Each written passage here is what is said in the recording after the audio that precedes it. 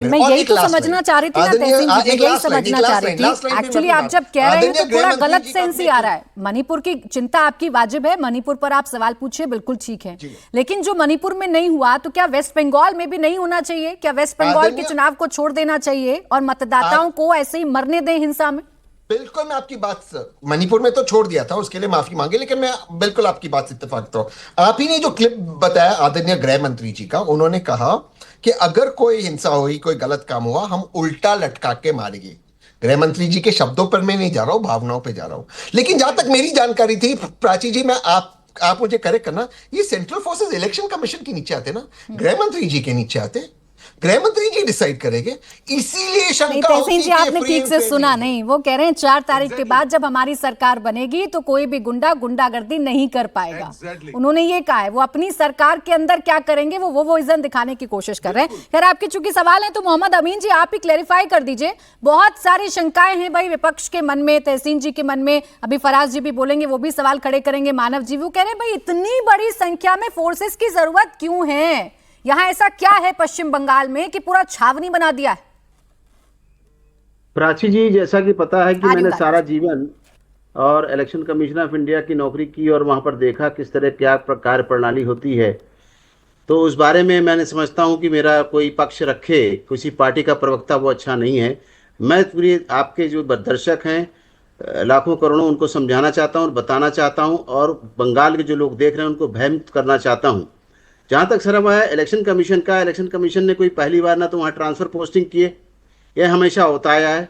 और याद करिए बिहार का जो बंगाल से पहले याद होगा बिहार का चुनाव हुआ था, और ये बात कर रहा हूँ लालू यादव के समय की, जिस वक्त क्या हाल था वहाँ पर। हमारे के राव गए थे और किस तरीके से वहाँ कंपनियाँ तैनात की गई थी जब फ्री एंड फेयर पोल हुआ। उसके बाद इसी ममता बनर्जी का टाइम में लेफ्ट वाले इस तरीके से खून खराबा करते थे, उसका इतिहास मैं बताना चाहूँगा। उस इतिहास को देखें और समझें और सोचें कि उस वक्त क्या हुआ था जब लेफ्ट की वहाँ पर सरकार थी। यही ममता जी चीख चिल्लाती थी कि हमको न्याय चाहिए, और उसके बाद जीती है।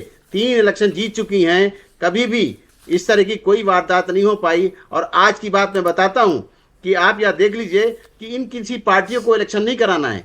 जो लोग आरोप लगाते हैं, मैं किसी का आरोप बर्दाश्त नहीं करता हूँ। नंबर 1, इलेक्शन कमीशन का काम है मॉडल ऑफ कंडक्ट लगाना, उसके बाद इलेक्शन कराना। इलेक्शन कमीशन, आपको याद होगा कि कई बार ब्रीफिंग करता है जब इलेक्शन अनाउंस होता है, उससे पहले और उसके बीच में भी, और कमीशन विजिट करता है स्टेट को, और करने के बाद वो अपनी प्रक्रिया के तहत अपने अधिकारियों को ट्रांसफर पोस्टिंग करता है और उनको देखता है। देखिए अब की बार बंगाल में सबसे ज्यादा अधिकारी हटाए गए, कारण क्या है?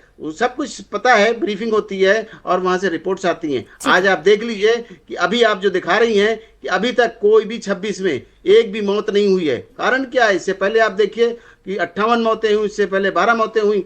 ये सब क्या दर्शाता है? कि इलेक्शन कमीशन का अपना प्रशासन है, उनका काम करने का तरीका है। और एक ये नहीं है, आप बात कर रहे हैं फोर्सेस की, हमने 58 जो इनके सेंसिटिव एरिया हैं उसमें 100 ऑब्जर्वर लगाए हैं और एक्स्ट्रा ऑर्डिनरी अच्छे क्वालिफाइड ऑफिसर्स लगाए हैं। यानी आप ये कह रहे हैं ये प्रक्रिया है, चुनाव आयोग की जिम्मेदारी होती है। और क्या ये सामान्य सी बात फराज किदवई जी समझ में नहीं आ रही है? जब भय मुक्त चुनाव की बात की जाती है तो डर तो उन लोगों में होना चाहिए ना जो गुंडागर्दी करते हैं, जो सोर्स जामिंग करते हैं, जो वोटर्स के घर पर खड़े हो जाते हैं, जो वोटर्स के साथ मारपीट करते हैं। लेकिन डर तो कहीं और ही नजर आ रहा है फराज जी। प्राची जी, मैं आ रही हूँ अमीन साहब, फिर बोले फराज। किस तरह कराएंगे, सक्सेसफुल इलेक्शन होगा और कोई भी ये ना समझे। ठीक है अमीन साहब, आपकी बात आ गई है, चुनाव आयोग की जिम्मेदारी। अब मैं जरा जवाब ले लूं फराज जी से, बोले फराज जी। हाँ प्राची जी, देखिए समझ में सबको आ रहा है, आपको भी आ रहा है, हमको भी आ रहा है, तहसीन भाई को भी आ रहा है, रोहन जी को भी आ रहा है। अभी हिंसा की बात हुई, चुनावी हिंसा की आपने बात की। असम में भी इलेक्शन चल रहे हैं और 17 अप्रैल 17, 18, 19, 20 4 दिन पहले की खबर है। असम के चिरांग जिले में करीब एक पुलिस चौकी पर हमला हुआ और इस घटना में 30 से ज्यादा लोग घायल हो गए, जिसमें ज्यादातर पुलिसकर्मी थे। और एक भीड़ ने हमला किया था जिसमें रूनी खाता, शायद उस जगह का नाम है, रेंज ऑफिस, जो वन विभाग का रेंज ऑफिस है, उसमें तोड़फोड़ की, परिसर में तोड़फोड़ की और जबरदस्त वहां पर बवाल हुआ। तो ये असम में हुआ, उसका भी थोड़ा सा जिक्र हो जाना चाहिए था। दूसरी बात मैं बोलता हूं कि आपने अभी बहुत अच्छी बातें की कि चुनावी हिंसा, हाँ नंबर 1 चुनावी हिंसा भारतीय जनता पार्टी हो सकता है बंगाल में उसने कराई हो, बिल्कुल आप सही बोल रही हैं। उत्तर प्रदेश नंबर 2 पे आता है, जरा चेक करिएगा आप, उसके बारे में भी हम लोग जरा कुछ कहिएगा तो बात कर लेंगे। तीसरी बात, अगर आप ममता बनर्जी जी को अगर आप जिम्मेदार ठहराइएगा तो उनको इस बात पर जिम्मेदार ठहराइए कि महिलाओं के खिलाफ उनके शासनकाल में अपराध कितने हो रहे हैं। मैं ये सबसे ज्यादा इस चीज को इंपॉर्टेंस देता हूं। तो आपको पता है कि महिलाओं के खिलाफ जो सबसे ज्यादा अत्याचार हो रहे हैं, जो सबसे ज्यादा क्राइम हो रहा है, वो उत्तर प्रदेश में हो रहा है। एनसीआरबी की रिपोर्ट है 66,381 हुए थे। उसके बाद में महाराष्ट्र में भाजपा की सरकार, फिर राजस्थान में भाजपा की सरकार, उसके बाद में मध्य प्रदेश में भाजपा की सरकार, फिर वेस्ट बंगाल आता है। और अगर आप तो खुद एक महिला हैं, और अगर आप क्राइम रेट पर लाख की भी बात करिएगा तो बंगाल इन लोगों से कहीं पीछे है, 71.8 है, जबकि राजस्थान 100 के ऊपर है, हरियाणा भी 100 के ऊपर है। दूसरी बात, हमारे दलित भाइयों के ऊपर अगर आप आ जाइए तो अगर आप दलित भाइयों की बात करिएगा तो ministry of social justice and empowerment की रिपोर्ट है जो कि पार्लियामेंट में पेश हुई थी, उससे ज्यादा कहीं अत्याचार हो रहे हैं तो उत्तर प्रदेश में हो रहे हैं। 15 आए थे, 31 पर लाख। और आपको पता है बंगाल में कितने मामले आए थे? मात्र 102, 0.5 पर लाख। तो एक तरफ तो मैंने बात कर दी महिलाओं की, दूसरी मैंने बात कर दी दलितों की, तीसरी मैं आपको बलात्कार के केसेस भी बता देता हूं, सरकारी रिपोर्ट बता देता हूं। बलात्कार के मामले में राजस्थान, जहां भारतीय जनता पार्टी की सरकार है, 5,194 मामले आए थे। उसके बाद में मध्य प्रदेश में, उसके बाद में महाराष्ट्र में, उसके बाद में उत्तर प्रदेश में, और वेस्ट बंगाल में सबसे कम आए थे 1110। तो महिलाओं के लिए तो बंगाल में सारे रिसर्च रख दी है। आपने बताया कि पश्चिम बंगाल कितना अव्वल है बाकी आंकड़ों में, और बाकी जितने भी बीजेपी शासित राज्य हैं वो कितने पिछड़े हुए हैं। बिल्कुल ठीक है, बिल्कुल आप जो आंकड़े रख रहे हैं सर ठीक है, बिल्कुल ठीक है। लेकिन मेरा प्रश्न सिर्फ इतना था फराज जी आपसे, सुन लीजिए ना, एक बार सुन लीजिए, बस एक बार सुन लीजिए फराज जी। मेरा प्रश्न आपसे सिर्फ इतना था, मैं सिर्फ आपसे इतना पूछना चाह रही थी कि जब हम भय मुक्त या डर मुक्त की बात करते हैं, जब हम केंद्रीय सुरक्षा बलों को पश्चिम बंगाल में तैनात चुनाव आयोग कर देता है और कहता है कि इस बार हिंसा नहीं होगी, तो इससे डर तो उन गुंडों में होना चाहिए ना जो वोटर्स को डराते या धमकाते हैं, बाकी तो किसी के जहन में डर होना नहीं चाहिए। नहीं, आप सही बोल रही हैं, और बंगाल के उन 27 लाख वोटरों के भी मन में डर है जिनको इलेक्शन कमीशन ऑफ इंडिया ने चरणबद्ध तरीके से उनको हटा दिया। और हमारे साथ मोहम्मद अमीन साहब बैठे हुए हैं, लवासा जी भी हमारे एक चुनाव अधिकारी थे, बड़े थे, उन्होंने भी क्या कहा, आज इंडियन एक्सप्रेस में उनका स्टेटमेंट आया है कि जिन वोटरों के नाम है उन पहले समय पर। अच्छा चले, आपकी आवाज बीच में ब्रेक हो रही है फराज जी, मैं आपके पास लौटूंगी, लेकिन मेरा प्रश्न, आप बार बार सर गोल गोल घुमाते हैं। आपके सारे आंकड़े मैंने सुने, आपके सारे आंकड़े मैंने धैर्यपूर्वक सुने, लेकिन मेरा सवाल का जवाब देने से ना जाने आप क्यों बच रहे हैं।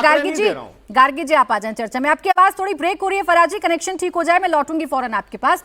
गार्गी जी, यहाँ भय मुक्त चुनाव की जब जब बात हो रही है तो उसे अपने अपने तरीके से समझाया जा रहा है। टीएमसी, कांग्रेस और समाजवादी पार्टी कह रही है कि सिर्फ पश्चिम बंगाल ही क्यों भाई, बाकी जगहों पर भी हिंसा होती है, ये चुनाव को हाईजेक करने की कोशिश है। जी नहीं, प्राची जी नमस्कार, धन्यवाद मुझे इनवाइट करने के लिए। देखिए, मैं तो बंगाल की बेटी हूं ना, हमें पता है कि वहां पे कैसे किया जाता है चुनाव। आप देखिए, पिछले बार जब नेशनल ह्यूमन राइट्स कमीशन गया था, क्या बोला था? There is no rule of law, law of the ruler. हम सब ने देखा पिछले 15 साल में पॉलिटिकल मौत कितनी हुई, पॉलिटिकल मर्डर 300 के ऊपर। और प्राची जी, मैं आपको एक आंकड़ा दे दूं, कल ही इस्लामपुर में सीपीआईएम के एक आदमी नूर आजम की हत्या हुई और उनके परिवार के लोगों ने कहा कि टीएमसी के लोगों ने उसको किडनैप किया और मारा, हत्या की। आपने बोला ना अभी तक एक हत्या नहीं है, हत्या हुई है। कल ही बीरभूम के नानूर में वो वीडियो देखा गया जहां टीएमसी के एक लीडर धमकी दे रहे हैं कि 4 मई के बाद उनको पता है क्या डोज देना है। और यहाँ पे जो धमकी की कल्चर है कहीं और नहीं है। मेरे पहले जो कह रहे थे ना, वो जो आंकड़े दे रहे, तो उनको मैं थोड़ा बताऊं। भाई साहब, वेस्ट बंगाल का साइज देखिए और यूपी, राजस्थान और मध्य प्रदेश की साइज और पॉपुलेशन देखिए। जब पॉपुलेशन और साइज ऑफ द स्टेट ज्यादा होगा तो जाहिर सी बात है तो क्राइम रेट ज्यादा हो सकता है। तो आप पॉपुलेशन भी देखिए, और वेस्ट बंगाल एसिड अटैक में नंबर 1 है, 27.5% एसिड अटैक। 2023 के जो आंकड़े हैं महिलाओं के अगेंस्ट जो क्राइम है 34,000 के ऊपर है। तो ये महिलाओं के लिए है। और पिछले बार क्या क्या नहीं हुआ, क्योंकि मैंने देखा है प्राची जी, परसों मेरे पास, आपको मैं भेज सकती हूँ, परसों पीडीएफ आया मेरे पास कोलकाता से कि कैसे उनके घर पे जाके टीएमसी के लोग उनके पापा के सर पे पिस्तौल लगा के बोला, वो लोग संघ से जुड़े हुए कि आरएसएस के काम नहीं करना, जय श्री राम नहीं बोलना, ये ऐसे धमकियां हो रही है। राजारहाट में फ्लैट्स में जाके बोल रहा है कि वोट देने के लिए निकलना नहीं, तो वोट दोगे तो 4 मई के बाद इधर दिखोगे नहीं।